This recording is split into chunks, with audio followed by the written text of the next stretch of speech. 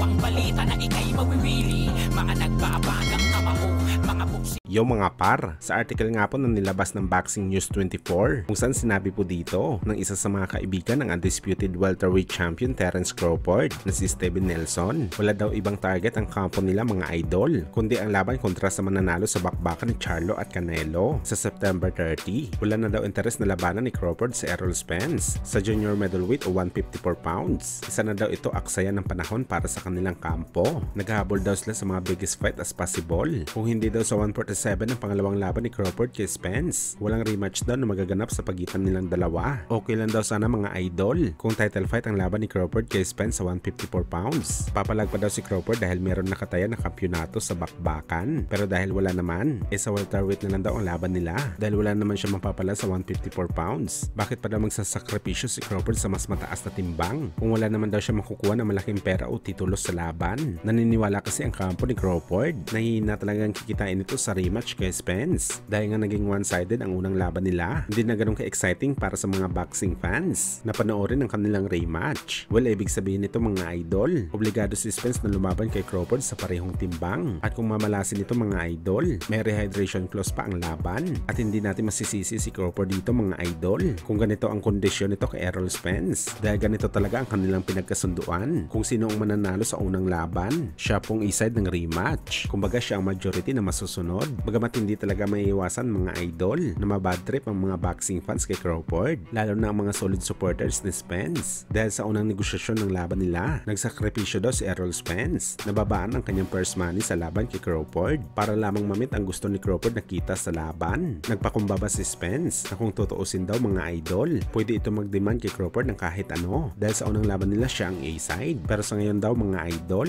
hindi naman daw nangihingi na malaking pera si Spence sa rematch. Ang tanging hiling lang talaga nito ang lumaban sila ni Crawford sa 154 pounds dahil tuyot na nga ito sa 147. Hindi pa rin daw siya pinagbigyan ni Crawford. Well, gaya nga sa mga sinabi natin mga idol, hindi talaga natin masisisi si Crawford. May power talaga siya na gawin ang kanyang gusto dahil siya ang nanalo sa unang laban nila ni Errol Spence.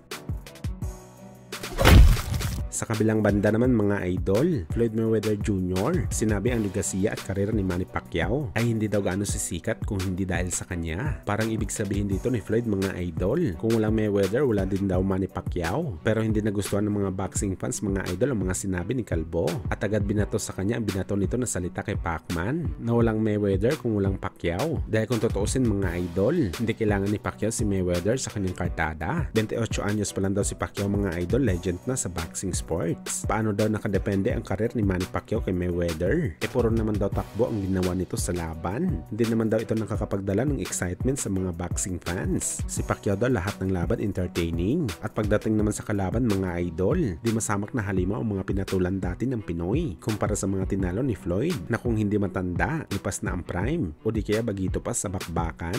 Ito daw yung pinapalaga ni Floyd para sure win ang panalo.